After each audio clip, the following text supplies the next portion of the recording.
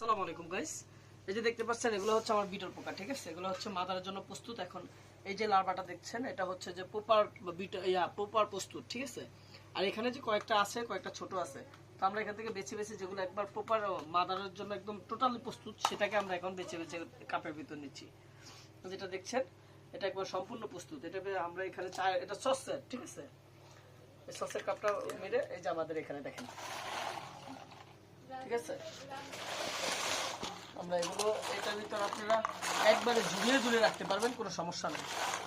এই যে এগুলো দেখেন আমরা এই প্রস্তুতি ব্যবহার করছি আমাদের রাখার প্রবলেম এই জন্য। এই যে দেখেন, এই যে এগুলো কিন্তু আপনার মাদার। ঠিক আছে, মাদার করার জন্য আমরা রাখছি।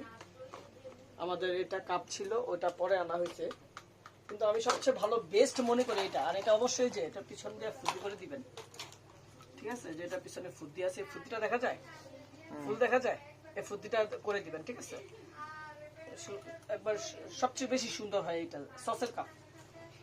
ঠিক আছে।